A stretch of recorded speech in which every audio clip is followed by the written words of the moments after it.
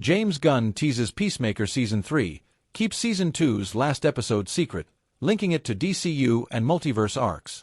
Welcome to Stats In. If you're just joining us, please subscribe and don't forget to turn on notifications bell for more video. Please like, share and subscribe for more. James Gunn is deliberately holding the last 3 episodes of Peacemaker Season 2 back from critics, and he's been blunt about why. Only episodes 1 to 5 were screened for a select few, and the rest are being kept tightly under wraps to avoid leaks. Well, the guy's worried spoilers will ruin the payoff. Simple as that. James Gunn just teased the possibility of a Peacemaker Season 3, and we are already buzzing. While speaking to Extra TV, Gunn opened up about the new direction in the DCU and casually floated more Peacemaker stories on the horizon. He said, "Between the Suicide Squad, Peacemaker Season 1, Peacemaker Season 2. Are we going to make it a quadrilogy? Probably. We'll see." Well, that one line sent speculation into overdrive. While Season 2 hasn't even landed yet, the early reviews have already given their verdict, including our very own review. Moreover, viewers are betting on the show's wild tone, John Cena's magnetic lead turn, and Gunn's plan to expand DC vision. With chatter about bigger crossovers and new surprises heating up online, fans are eagerly waiting to see what's in store for Peacemaker Season 2. Moreover, he's particularly serious about secrecy. Gunn emphasized, "I'm keeping them close to the chest. I won't even let my publicists see them. That's the God's honest truth." Honestly, that level of control tells you he trusts very few people with the ending. It also signals confidence. If the finale didn't matter, why the cloak and dagger? Gunn joked about the options, saying, "Via Games Radar. It could mean they're terrible. That is one option.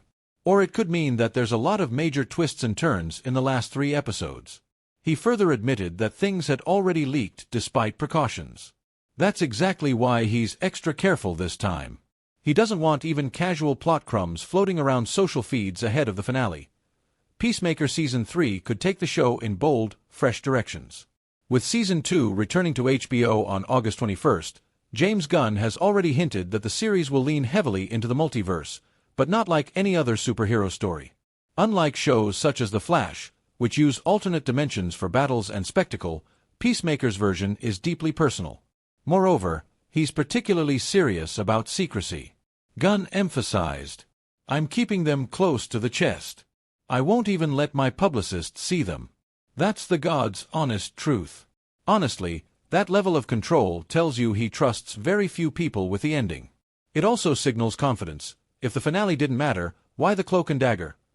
And Season May 3rd continue this trend, using alternate dimensions to challenge the team while keeping character development front and center. Fans can likely expect many adventures, heartfelt moments, and clever nods to the broader DCU, all without losing the core charm of John Cena's titular hero. James Gunn admits Peacemaker Season 2 is a Superman follow-up that can rival The Boys in one unhinged department. Welcome to Stats In. If you're just joining us, please subscribe and don't forget to turn on notifications bell for more video. Please like, share and subscribe for more.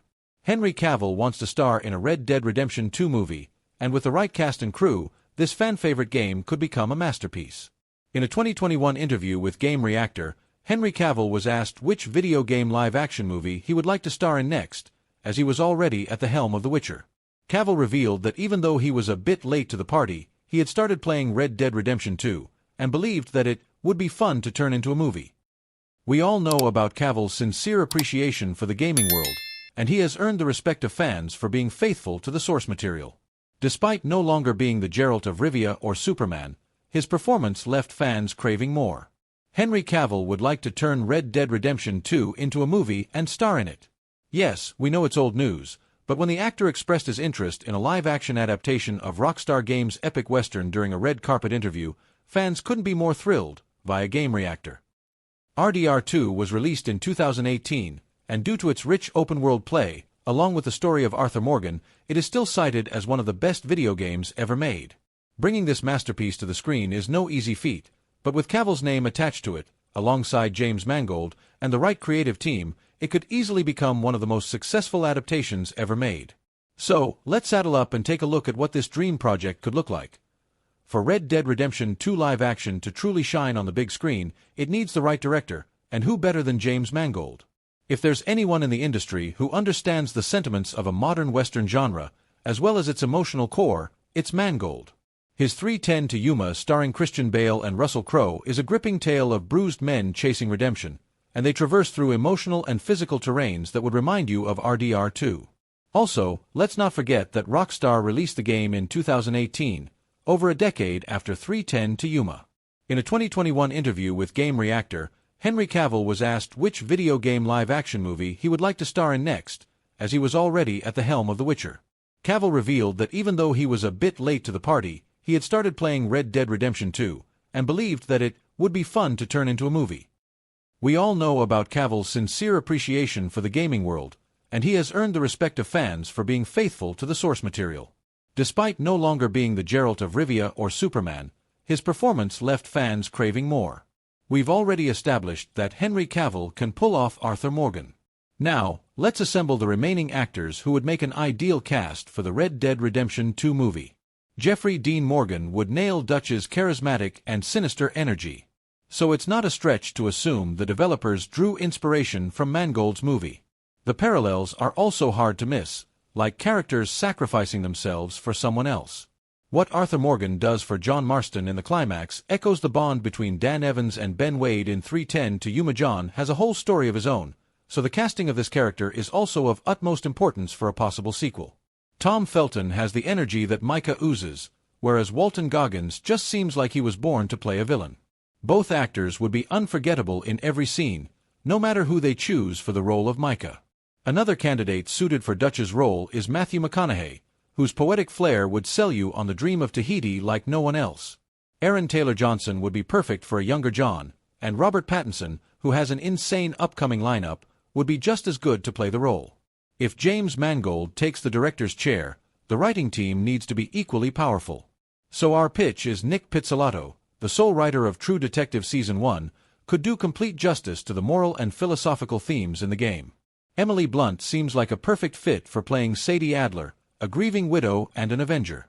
For Hosea's character, we have two very capable artists, Willem Dafoe, who could add his touch of wisdom and mischief, and Harrison Ford, whose gravitas would make him seem like an actual seasoned outlaw. Eddie Gathegi, who was amazing in Superman as Mr. Terrific, is someone who can make a great impact as Charles Smith in the live-action movie. Lastly, Florence Pugh could play Abigail Roberts because she is an actress who nails the emotional nuance of every movie she stars in. Bringing in the original motion capture actors for cameos sounds like an epic idea. Roger Clark, who played Arthur, and Benjamin Byron Davis, the actor of Dutch, deserve a moment on screen. Even if it's just a blink and you miss it scene at a saloon or a bar, the fans